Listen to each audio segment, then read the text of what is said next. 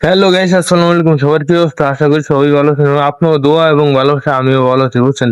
এখানে বিকাল হইতে অনেক বৃষ্টি হতেছে, বৃষ্টি ঠেলা বলছেন। এই যে আকাশের ভিউ গুলো দেখেন, একবার পুরো মেঘ অন্ধকার ভূতে রয়েছে, এক কথায় মানে একবার অন্ধকার হয়ে রয়েছে, বুঝছেন। এখানে এই যে এক আধটু পানি উঠেছে, যদি আমি করে না দেখে কখনো বুঝতেই পারবেন না যে এই এখানে যে এক আধটু পানি উঠেছে।